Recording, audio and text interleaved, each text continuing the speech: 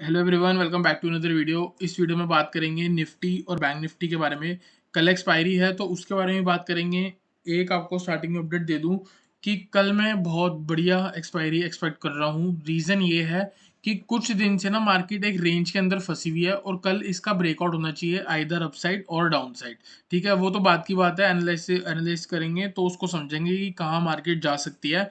ठीक है, तो लॉजिक ये है कि 3-4 दिन से काफ़ी ज़्यादा एक रेंज के अंदर मार्केट फँस गई है, तो मे बी कल ब्रेकआउट दे दे, क्योंकि एक्सपायरी वाले दिन भी हमको बहुत बढ़िया मूव देखने को मिल जाती है। ठीक है, तो बात करते हैं निफ्टी की। निफ्टी में सबसे पहले हम आपको मैं डेली चार्ट दिखा रहा हूँ। डेली चार्ट में मैं आपको ये दिखाना चाह रहा हूँ कि जो कल का हाई और लो था उसी के अंदर आज मार्केट रह गई, तो इसका मतलब है ये इनसाइड कैंडल है। इनसाइड को ट्रेड कैसे करते हैं? जो भी प्रीवियस वाली कैंडल होती है उसके हाई के ऊपर बाय और उसके लो के नीचे सेल। तो अगर कल यहाँ से मार्केट रिवर्स करती है और ये लो ब्रेक करता है, एक हम तब अपनी एंट्री करेंगे सेल साइड पे, या फिर अगर हाई ब्रेक करती है तो हम बाय करेंगे। ठीक है, अब देखते हैं कि हाई ब्रेक होने पे भी हमको बाय करना है कि नहीं करना। ठीक है, उसके लिए हम थोड़ा सा इसका 1 आवर के टाइम फ्रेम पे चलते हैं और समझते हैं इंडेक्स में क्या चल रहा है। देखो यहाँ पे अगर आप देखोगे तो मार्केट एक रेंज के अंदर फंसी हुई है। ठीक है, रेंज के बारे में बात कर लें तो 17,400 का एक हाई लगा था, उसके बाद एक गिरावट आई है। पहले नीचे 16,750 के आसपास से मार्केट ऊपर गई थी। ठीक है, तो यहाँ पे अगर आप सामने सामने मूव देख रहे हो तो देखो पुल बैक कितने डीप लग रहे हैं। ठीक है, फिर ये एक मूव आई और ये कितना डीप नीचे आ गया, मतलब ऑलमोस्ट प्रीवियस लो के पास जा रहा है। तो इससे क्या होता है, अगर आप ये वाली यहाँ पे अगर आप हो, ठीक है, आपने ये जो अप मूव देखी, आपने एक्सपेक्ट करा कि यहाँ से तो मार्केट पक्का इस हाई को ब्रेक करेगी, लेकिन मार्केट का सिनेरियो क्या है, डीप पुल बैक वाला। तो इसमें क्या होता है, एक अप मूव आती है और पुल बैक पीछे हो जाता है ज़्यादा, फिर एक अप मूव आती है और पुल बैक एक्सटेंड हो जाते हैं। ठीक है, तो अभी भी काफ़ी ज़्यादा चांस है कि ये जो ओवर हम बड़े टाइम फ्रेम पे देखें तो मे बी वहाँ का भी पुल बैक एक्सटेंड हो रहा हो। ठीक है, जो ये पूरी क्या कहते हैं, यहाँ पे अगर आप देखोगे ये गिरावट आई है, ये अप मूव आई है और यहाँ से हो सकता है ये वाला भी और वापस नीचे आ जाए। ठीक है, तो उसके बारे में भी बात कर लेते हैं। और अगर आप देखोगे यहाँ पे तो हम इसको थोड़ा फिर से जूम करते हैं और यहाँ पे समझते हैं असली में चल क्या रहा है। असली में ये चल रहा है कि मार्केट में 2 दिन से ना साइडवेज देखने को मिल रही है और यहाँ पे भी ये 1 आवर का टाइम फ्रेम है। तो आप देखो 2 घंटे यहाँ फंसी रही और 2.5 घंटे यहाँ फंसी रही। ठीक है, तो मार्केट में टाइम ही नहीं मिलता फिर ट्रेड करने का, और आप क्या एक्सपेक्ट करोगे। ठीक है, तो यहाँ पे सिंपल है, एक बार अगर मैं यहाँ से अपनी एक ट्रेंड लाइन बनाऊँ तो ये देखो इस वाले हाई से लेके यहाँ पे करूँ तो अभी इसका ब्रेकआउट नहीं हुआ है। ठीक है, अभी इसका ब्रेकआउट नहीं हुआ है जब तक मार्केट 17,000 वही है जो लास्ट कल का हाई था, 17,260 है। ठीक है, इसको आप कंसिडर कर लो कि 17,300 मान लो। ठीक है, 40 पॉइंट का बफर ले लो क्योंकि आजकल फेक ब्रेकआउट बहुत हो रहे हैं। ठीक है, 1700 मान लो, 17,300। तो जब तक 17,300 ब्रेक नहीं हो रहा ना, व्यू बियरिश है। व्यू बियरिश क्यों है उसके बारे में बात करते हैं। एक बार मैं आपको डेली चार्ट पे लेके चलता हूँ। ठीक है, डेली चार्ट पे अगर आप देखोगे व्यू बियरिश क्यों है, क्योंकि प्रीवियस सेंटीमेंट जो था वो गिरावट का था। ये अब मूव आई, इसका क्या हुआ, ये पुल बैक। हमको यहाँ पे व्यू बियरिश इसलिए है क्योंकि अगर ये गिरावट है, देखो अगर ये इम्पल्स मूव है, जैसे मैं आपको बोलता हूँ कि हर इम्पल्स मूव की एक करेक्शन होती है। अगर ये इम्पल्स मूव है तो ये क्या हुई, करेक्शन। और अगर ये करेक्शन हो गई, अगर करेक्शन हो गई तो उसके बाद क्या होगा, वापस इम्पल्स मूव लगेगी। और अगर ये वापस इम्पल्स मूव लगेगी तो आप मानो या ना मानो, जितना भी आपको न्यूज़ चैनल बोल दें कि पॉजिटिव है, पॉजिटिव पॉजिटिव है, पॉजिटिव नहीं है। यहाँ से गिरावट आई है, ये करेक्शन हुई है, तो यहाँ से नीचे जाना चाहिए। अब आप बोलोगे कि प्रीवियसली तो ऊपर आई है ना, मानता हूँ मैं प्रीवियसली ऊपर आई है, पर लेकिन आप ट्रेडिंग कर रहे हो, आप ट्रेडिंग कर रहे हो तो बड़ा टाइम फ्रेम नहीं देख सकते। आप छोटा ही टाइम फ्रेम देखोगे बड़े उसके लिए, ट्रेडिंग के लिए। ठीक है, तो ट्रेडिंग के लिए मेरे अकॉर्डिंग मार्केट और नीचे आ सकती है। और अगर मैं आपको यहाँ पे दिखा दूं, अगर आप बड़ा टाइम फ्रेम देख लोगे तो ये देख लो, यहाँ से इतनी बड़ी मूव है, सिर्फ इतनी करेक्शन होगी क्या, और भी नीचे जा सकती है। 61% आराम से 16,300 आ सकता है मार्केट में, इसलिए मेरा व्यू थोड़ा बहुत बियरिश चल रहा है। ठीक है, अगर आप देख लोगे, आज ही मैंने आपको उसमें सिर्फ सेलोन राइज चैनल में बोला ऊपर से मार्केट गिर सकती है, बैंक निफ्टी गिर सकती है, यही बोलता गया मैं। ठीक है, नीचे से बाय करने की हिम्मत ही नहीं हुई और ऊपर भी जा रही है तब भी बाय करने की हिम्मत नहीं हो रही। ठीक है, वापस चलते हैं 1 आवर के टाइम फ्रेम पे और फिर से इसको एनालाइज कर लेते हैं। देखो 3-4 स्ट्रेटजीज हैं यहाँ पे। एक तो सिंपल वही है जो मैंने आपको कल बोली थी, ये वाले हाई के ऊपर 17,300 के ऊपर देखो, सिंपल है, डेली हमको गैप अप या गैप डाउन दिखता है। मैं आपको एक चीज़ बता रहा हूँ, अगर कल गैप अप हो गया तो मार्केट ट्रेंडिंग है ऊपर की साइड पे, अगर कल गैप डाउन हो गया तो मार्केट ट्रेंडिंग है नीचे की साइड पे। रीजन इसका क्या है, ये देखो बिना लॉजिक के तो मैं बात करता ही नहीं। मार्केट क्लोज हुई है रेसिस्टेंस के पास, अगर कल गैप अप लगेगा तो रेसिस्टेंस ब्रेक होगी ओपनिंग पे और यहाँ पे आके इसका लेगी सपोर्ट और वापस ऊपर दिखाएगी मूव।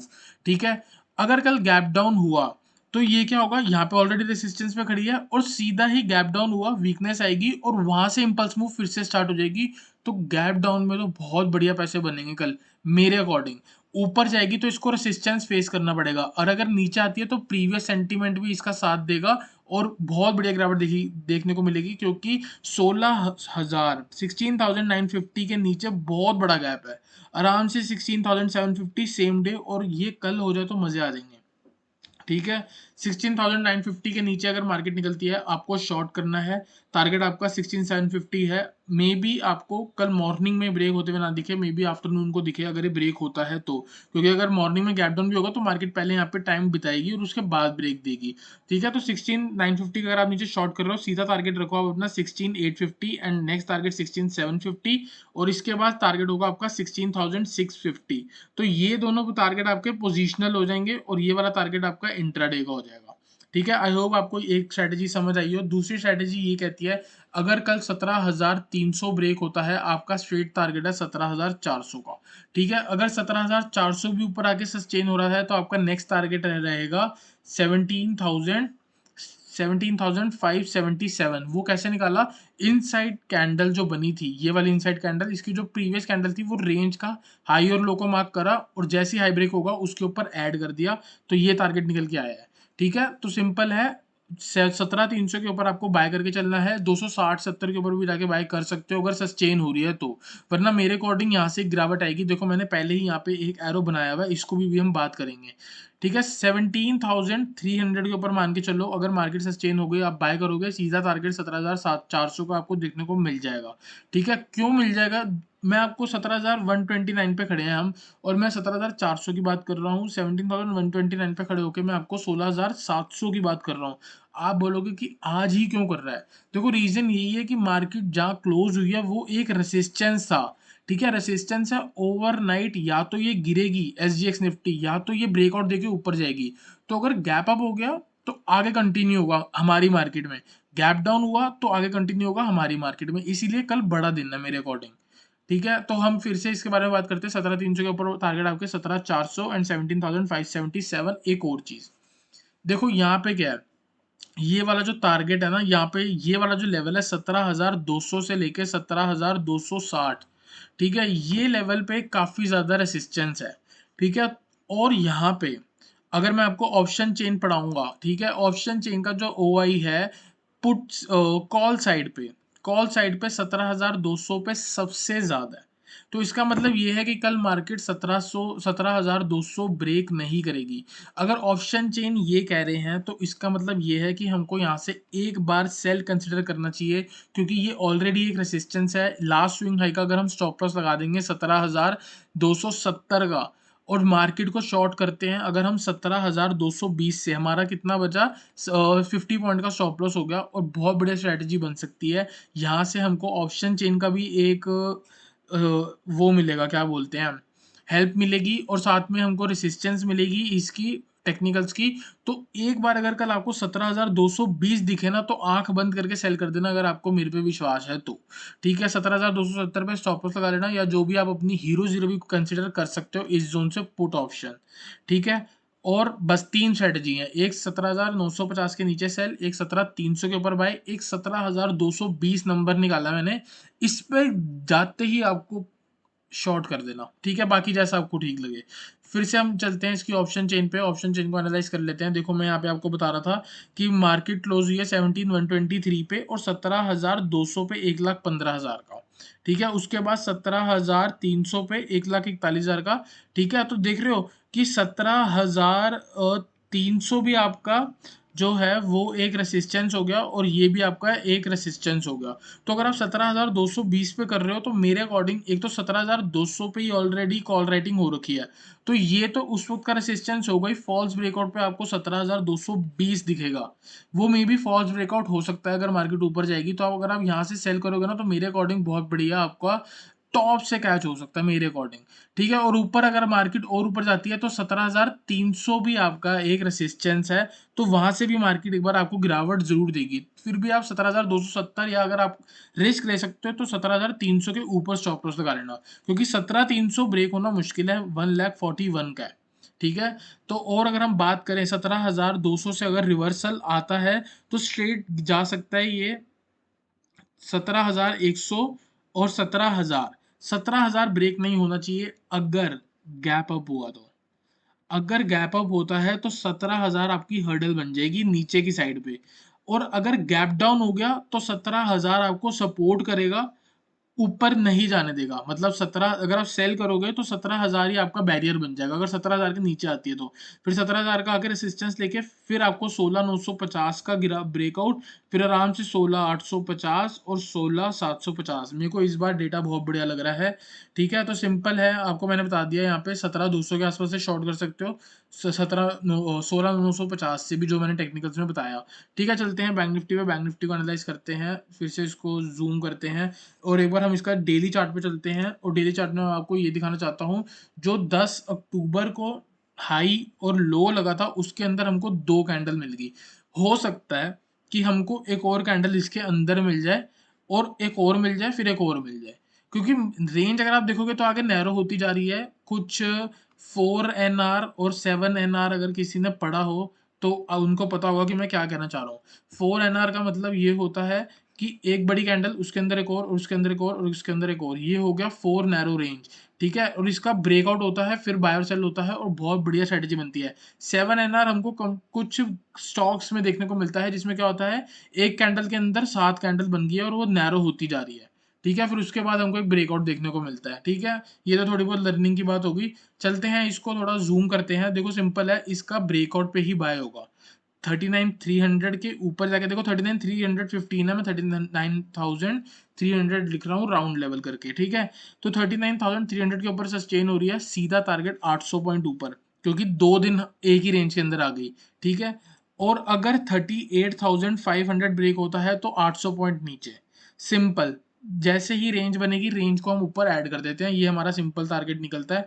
और इसको एक बार फिर से चलते हैं 1 आवर के टाइम फ्रेम पे, उसको स्टडी कर लेते हैं और हम इसमें क्या करके चल सकते हैं। तो यहाँ पे तो देखो सिंपल है, मार्केट क्लोज ही 39,128 पे हुई है। अगर कल गैप अप होता तो मेरे अकॉर्डिंग 39,300 मॉर्निंग में ही टूट जाएगा।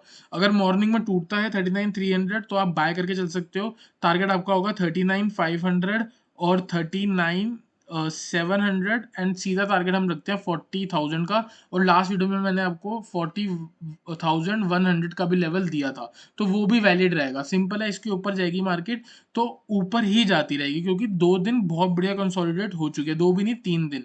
एक दिन यहाँ पे, फिर एक और दिन और आज एक और दिन, ठीक है। तो यहाँ पे सिंपल है, 39,300 के ऊपर बाय है, सीधा मैक्सिमम टारगेट 40,100, 200 पॉइंट पे आप अपने टारगेट लगाओ। और सेल करना है हमको 38,500 के नीचे, टारगेट आपका 38,250। लास्ट वीडियो में मैंने इतने कुछ दिया था।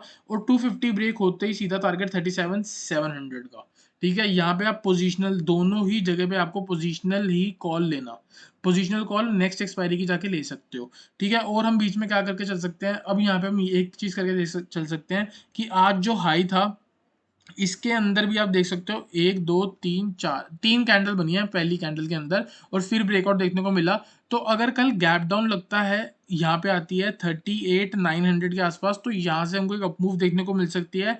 लेकिन अगर ये ब्रेक हो गया तो ये, अगर इसके भी नीचे खुलती है मार्केट 38,900 के भी नीचे, तो इसी का रेसिस्टेंस लेके वापस नीचे आएगी। अगर आपको याद हो तो मैंने आपको कहा था कि आज एक क्रूशियल है 38,800, ठीक है। इसके ऊपर बाय है और इसके नीचे सेल है। जब तक इसके नीचे था काफी साइडवेज था, हम फंस गए उसमें, मैं कहना चाहूंगा, ठीक है। और जैसे ही 38,000 ब्रेक हुआ हमको फॉल्स ब्रेकआउट देखने को मिला, लेकिन एंड में हुआ। पर हमारा रिस्क मैनेजमेंट ये कहता है कि अगर इतना थोड़ा बहुत स्टॉप लॉस हो गए हैं 2 3 कॉल पे, तो उसके बाद कॉल नहीं देनी, ठीक है। तो एंड में हम चाहते तो इसको पकड़ सकते थे, ठीक है। और यहाँ पे क्या हम करके चल सकते हैं, 38,900 कल का क्रूशियल है, ठीक है। 39,000 पे आपको एक पुट राइटिंग पे आपको एक ओपन इंटरेस्ट मिल जाएगा, जो कि आपको ब्रेक नहीं होने देगा। अगर गैप अप हुआ तो ही, अगर इसके नीचे हो गया तो वो आपका एक रेसिस्टेंस बन जाएगा। अगर मार्केट 38,900 के भी नीचे या 39,000 के नीचे गिरती है तो पर सिंपल है, 39,300 के ऊपर बाय करो, बहुत बढ़िया आपको मूव मिलेगी। 38,500 के नीचे शॉर्ट करोगे तो भी बढ़िया मूव मिलेगी। उसके बीच में आप 38,900 को देख सकते हो। इसके ऊपर मार्केट सस्टेन हो गया तो बाय, इसके नीचे सस्टेन हो गया तो सेल। ठीक है, सिंपल है कल के लिए।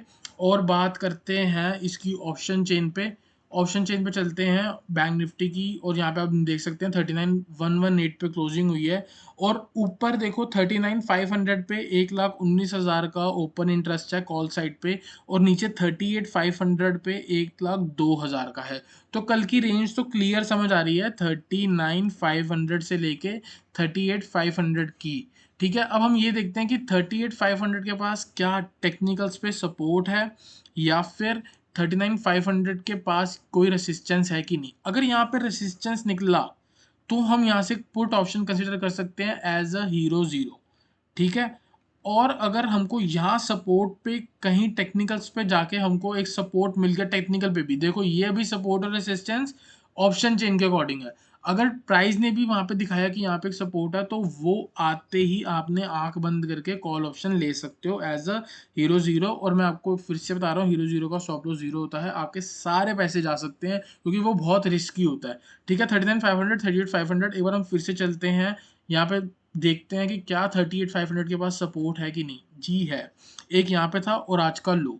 तो 38,500 के पास अगर मार्केट निकल रही है, मे बी ये ब्रेक ना करे। अगर मैंने आपको स्टार्टिंग में बताया कि आगे मार्केट नैरो हो रही है, तो अगर ये कल नैरो होनी होगी ना तो इसी के पास से घूमेगी, तो आप 38,600 से लेके 38,500 के जोन पे एक सी ऑप्शन दूर की बाय कर सकते हो, मिनिमम रिस्क के साथ, जितना आप अफोर्ड कर सकते हो।